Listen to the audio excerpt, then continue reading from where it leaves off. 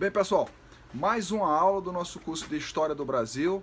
Tema de hoje, ciclo da cana-de-açúcar, ok? Então vamos entrar na questão econômica para tratar com vocês sobre a questão do ciclo econômico da cana-de-açúcar no Brasil, certo? Então, primeira questão, esse ciclo vai do século XVI, 1530, quando é trazida a cana-de-açúcar para o Brasil, por Martim Afonso de Souza, né, criação do engenho do governador, lá em São Vicente, né, e aí ele perdura até, em termos de importância, veja que isso é importante dizer, foi importante para o Brasil, até aí meados, né, do século XVIII, porque no final do século XVII nós vamos ter a descoberta de ouro nas Minas Gerais, aí vai para o ciclo do ouro que a gente vai falar depois. Então há uma transferência, vamos dizer assim, do centro econômico da colônia, do Nordeste para a região Sudeste, para as Minas Gerais, ok?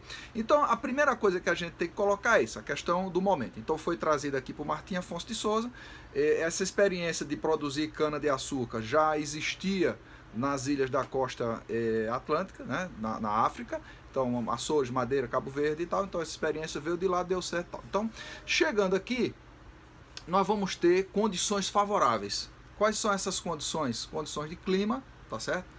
O clima tropical aqui da região Nordeste e tal, e o solo massapê, que é aquele solo do barro e tal, que absorveu bem e a cana encontrou amplas condições para sobreviver.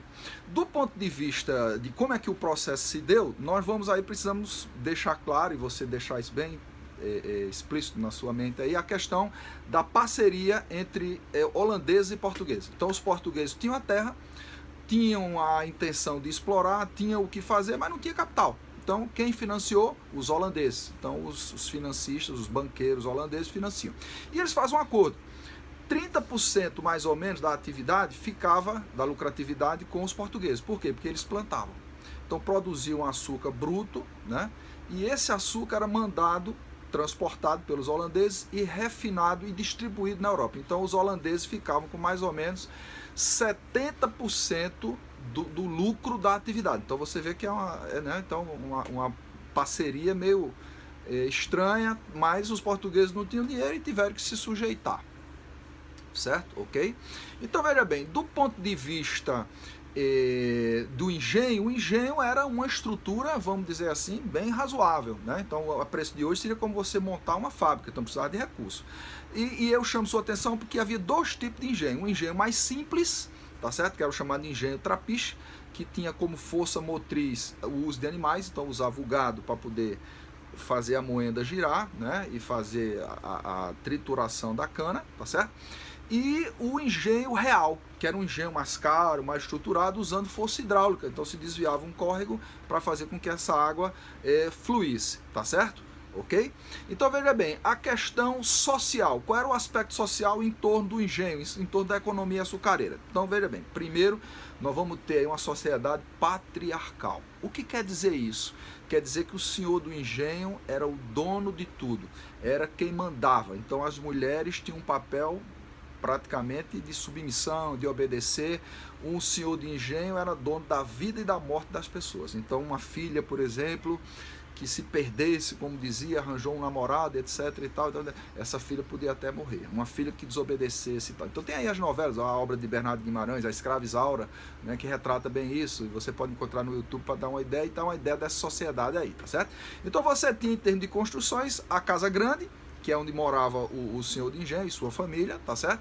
Você tinha a senzala, que é onde ficavam os escravos, tá certo? Né? Então, você vai ter aí nessa sociedade, ela é estratificada, então o senhor de engenho e sua família estão no topo, você vai ter prestadores de serviço como o feitor, né? o capitão do mato e tal, um ferreiro, religiosos, então pessoas que estão numa camada intermediária, e na base estão os escravos. Ela é extremamente estratificada e inflexível, não tem ascensão social, é muito difícil, tá certo?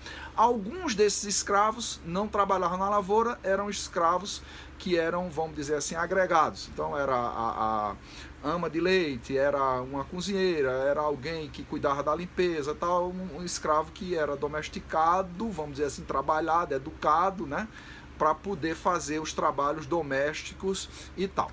Do ponto de vista econômico, né? Então nós vamos caracterizar essa atividade como o quê? Primeiro, monocultura, tá certo? Então, grandes plantações caracterizam um termo em inglês que é a plantation, né? Tá certo? Então essa plantation aí que é monocultura para exportação, tá certo? Então nós vamos ter, as propriedades são enormes, são latifúndios, tá certo? O trabalho é o trabalho escravo, você tinha poucos trabalhos assalariados, tá certo? E você tem essa inflexibilidade aí. Então o senhor do engenho era o chefe político, então na região ele mandava, ele fazia parte dos homens bons, né? Você se lembra que nessa época você tinha eleição para as câmaras municipais, né? E você tinha 3 homens bons que faziam parte dessa Câmara Municipal e que decidiam, tratavam as questões de interesse coletivo, vamos dizer assim, da sociedade. Normalmente, veja, os engenhos estavam na zona rural, eles estavam à distância, eles não eram uma sociedade urbana, era uma sociedade rural, certo? Então com isso eu espero ter caracterizado. Então veja, toda a importância econômica nesse momento está na zona rural, está na atividade exportadora da cana-de-açúcar e tudo gira em torno disso, tá certo? Então a atividade econômica principal do Brasil nesse momento é exatamente a plantação de cana-de-açúcar, tá certo? E todo o que gira em torno dele. Então todo o investimento, para trazer a mão de obra escrava. Lembre-se que no começo se tentou utilizar a mão de obra indígena e que gerou conflitos, desgastes e tal, e acabou achando essa solução, né? Nós vamos ter uma aula específica só sobre a questão da escravidão, para entrar em mais alguns detalhes, ok? Então, meu muito obrigado, espero que você curta, que essa aula lhe seja útil, divulga o canal e curte aí.